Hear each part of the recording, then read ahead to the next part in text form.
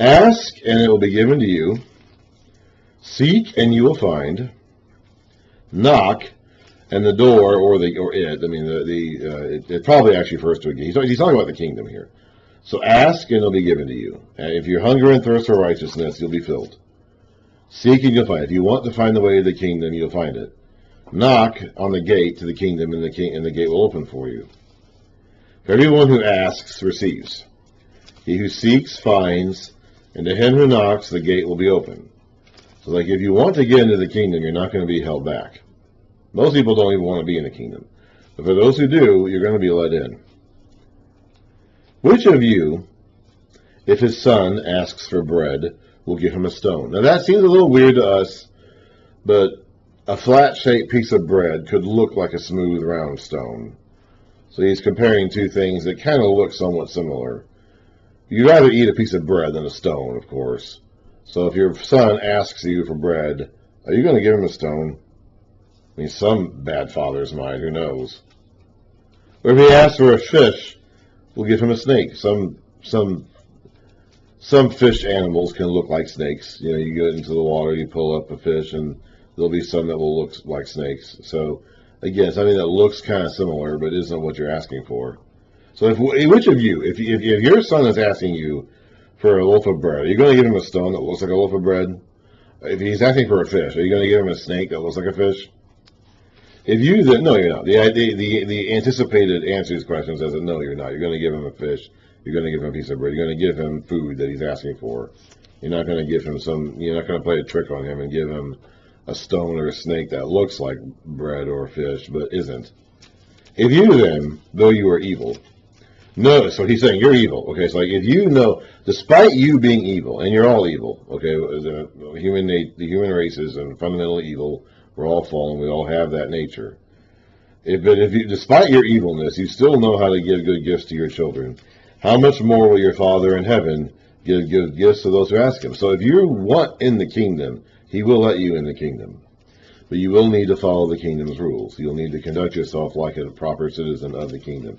You're not just going to be allowed to come in and do whatever you want. If you want to be in this kingdom, you're going to have to act and live like a citizen of this kingdom. So in everything, do to others what you would have them do to you. For this sums up the law and the prophets. That's the Old Testament. In their vernacular at this point in time, the law and the prophets are what we would call the Old Testament. Because at this point in time, the New Testament didn't exist. All right, and their scriptures are the Old Testament. Again, Jesus said to his disciples, "Enter through the narrow gate." That's the gate that leads to the kingdom. "For wide is the gate, and broad is the road that leads to destruction." So there is another way that leads somewhere else. But that's destruction, and many enter through it. But small is the gate, and narrow the road that leads to life, and only a few find it. That goes back to the Proverbs, which says there are two ways in life. You can go down the path that leads to wisdom, or the path that leads to folly. Jesus is wisdom. Now in Proverbs, wisdom is personified as a lady, but Jesus is wisdom. And we read about in Proverbs how wisdom was there with God when he created the world. So Jesus is personified as wisdom. And there is a road that leads to wisdom, and there's a road that leads to folly.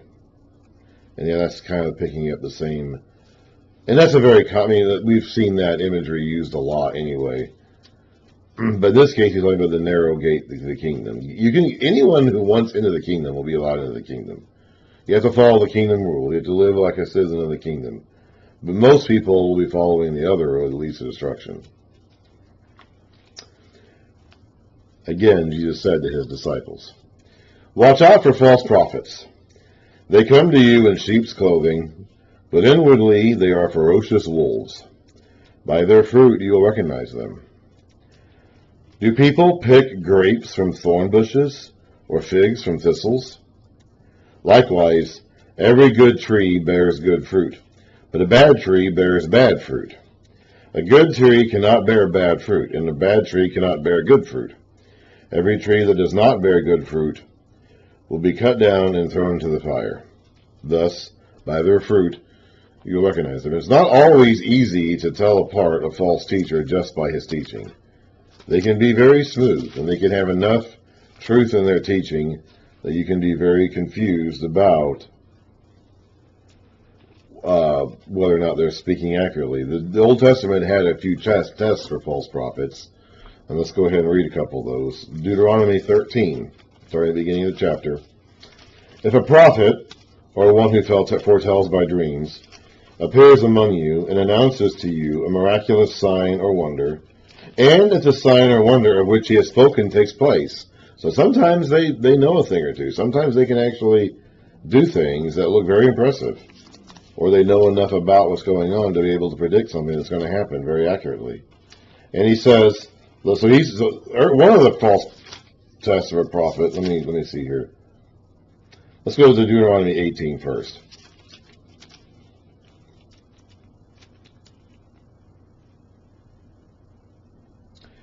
At the very end of Deuteronomy 18, he says, Deuteronomy 18:21, you may say to yourselves, how can we know when a message has not been spoken by the Lord?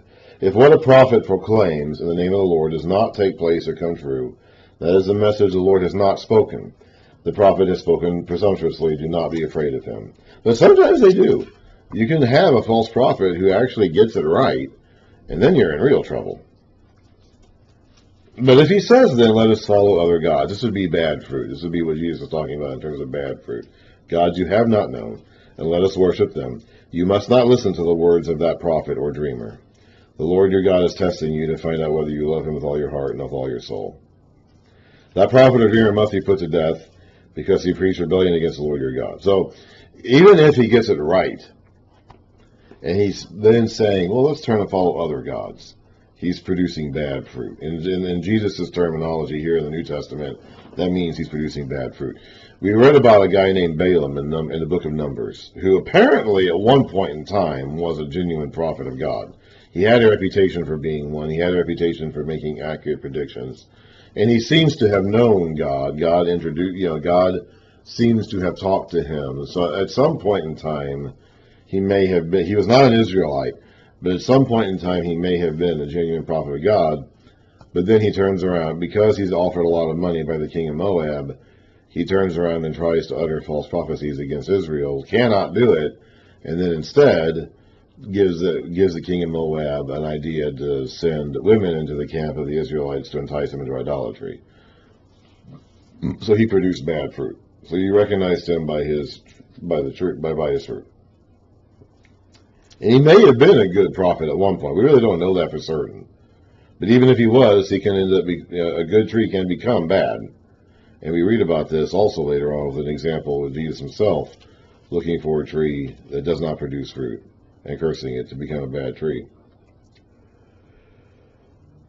Not everyone who says to me, going on along with that, not everyone who says to me, Lord, Lord, will enter the kingdom of heaven, but only he who does the will of my Father who is in heaven. And that's what the entire sermon is basically about that. How to be someone who does the Father's will. How to do the Father's will on earth as it is in heaven. How to have these characteristics of a proper kingdom citizen. Many will say to me on that day, Lord, Lord, or Master, Master. That's lowercase L-O-R-D, Lord. That means Master. Did we not prophesy in your name, and in your name drive out demons and perform many miracles? Then I will tell them plainly, I never knew you. Away from me, you evildoers. So they claimed to be acting in the name of the Lord, but they were not. Again, Jesus said to his disciples, therefore, everyone who hears these words of mine and puts them into practice is like a wise man who built his house on the rock. So if you are a proper citizen of the kingdom, this is how you'll be. This is the kind of person that will enter the kingdom, who will hear Jesus' words, who will adopt these attitudes, and will put these things into practice. It's like a wise man who built his house on the rock. The rain came down, the streams rose, and the winds blew and beat against that house. Yet it did not fall, because it had its foundation on the rock. But everyone who hears these words of mine and does not put them into practice. So you can hear these words and not put them into practice. So that goes against the teaching that you'll see in some Protestant churches, including the ones where I came from, that it's impossible for people to actually follow this teaching. You know, the Lutherans will tell you that you can't actually do this. Well, Jesus disagrees. Okay, if you can hear these words of his and not put them into practice. He doesn't have a category of people here who hear these words and want to do them but can't. Okay, he has two categories of people here: those who hear the words and put them into practice, and those who hear the words and don't put them into practice. So Jesus believes that we can do this. Jesus believes that we can hear these words and put these into practice. Obviously, we need his help to do that. Again, that goes back to the attitudes and the attitudes of the Spirit that we're supposed to have: poor in spirit, mourn for our sins, meek and humble, hunger and thirst for righteousness, merciful, pure in heart, peacemakers. Okay. We get our righteousness filled up by God. We don't do it on our own. But he does not have a category of people here who hear these words and don't put them into practice because they can't. Okay. They, oh gosh darn, we sure would like to, but we're just too sinful, we can't do it. He doesn't have a category of people like that. But everyone who hears these words of mine and does not put them into practice is like a foolish man who built his house on sand. The rain came down, the streams rose, and the winds blew and beat against that house, and it fell with a great crash. Now, the storms of life he's talking about here could be a reference to judgment in terms of the day of the Lord. Remember the day of the Lord when we read about a lot in the Old Testament, when the God comes in judgment? There's two things that could happen. It could be a day of judgment or a day of salvation and deliverance. For those who are ready for it, for those who are prepared for the day of the Lord, those citizens of the kingdom, it's a day of salvation and deliverance. For those who are not ready for it, it's a day of judgment and destruction. And so he's talking basically about that. It could also just refer to the winds and waves of life in general. We're all going to experience winds and waves. We're all going to experience storms in life. Those who follow Jesus' teachings, who conduct themselves according to the kingdom rules that he laid out here, who are his disciples, citizens of his kingdom, will be ready for it, and their house will stand. In the storms of life that are destined to come, their house will stand. And particularly when the storms are God's judgment, which is designed to bring down the houses of those who are not in his kingdom. Those who are will stand. When Jesus had finished saying all these things, the crowds were amazed at his teaching, because he taught as one who had authority, and not as their teachers of the law. He's saying, I say to you. Many times in this sermon he said, I say to you. And in chapter 5 he said, you've heard it said, but I say to you. And just in the last couple of verses he said, then I will tell them plainly, I never knew you.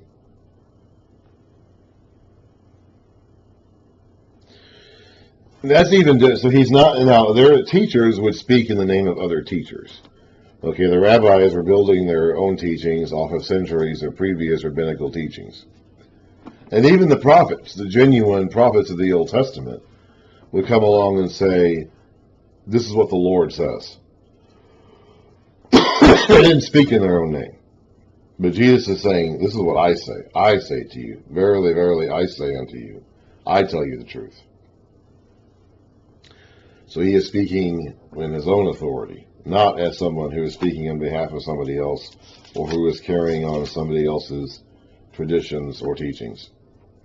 Another important aspect of that ending is that it says, when Jesus had finished saying these things, that is Matthew's marker for when he has ended a major block of teaching in his book. He's going to say this 4 other times, because there are 5 major blocks of teaching in the book of Matthew, which we just finished the first one.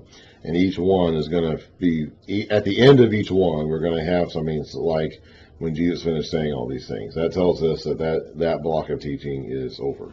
So that block of teaching, the first of 5, is now over.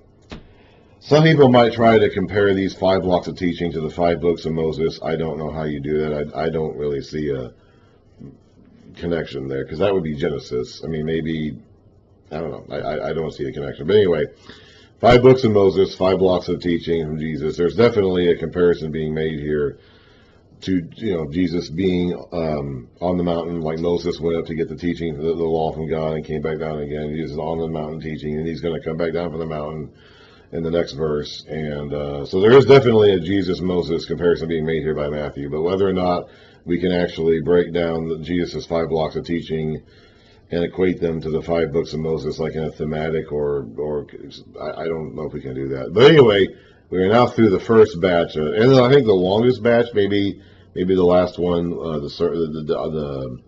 the predictions of the end of the age might be longer, but this was a big one. This was a big one. I have heard this sermon referred to as the Constitution of the Kingdom, which is, I think, a pretty good way of looking at it. This is what the attitudes of, this Sermon on the Mount teaches the attitudes that you need to have in order to be a citizen of the kingdom. It doesn't teach the method of entry, at least as it will be defined in the rest of the New Testament after Jesus' ministry is over and the church has started. Because remember, the church doesn't exist yet. When Jesus is speaking this message to the crowds and his disciples, at this point in time, the church has not yet been established. That will be after Jesus' ministry is over, after his death, resurrection, and ascension, and the church starts, and then entering the kingdom. To literally, enter the kingdom, there is a specific step-by-step process you follow, in addition to having these attitudes and following these teachings. There is like an actual method of entry that you will follow to enter the kingdom. Jesus doesn't talk about that here, and apart from that, this sermon does reveal and teach the attitudes that one needs to have in order to be a proper citizen of the kingdom and to be a proper servant of the Lord.